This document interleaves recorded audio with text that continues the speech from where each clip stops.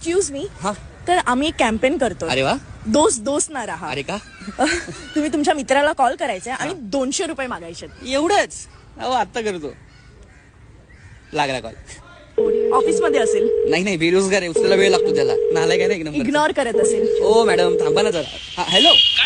ऐक ना बाबा, मला 200 रुपये पाठव ना अर्जंट आता. अरे हो मान्य आहे, पण पाठव ना जरा आत्ता. अर्जंट खूप अर्जंट आहे. प्लीज पाठव ना. अरे अरे बघितलं, या जगात कोण कोणाचं नसतं. ओ मॅडम 3 पर्यंत मोजा. 1 2 किती आले? 500. कसं आहे ना, 4 शिव्या घालतो, पण 30 शिवी जर मला कोणी घातली ना तर त्याचा खानदान एक करतो.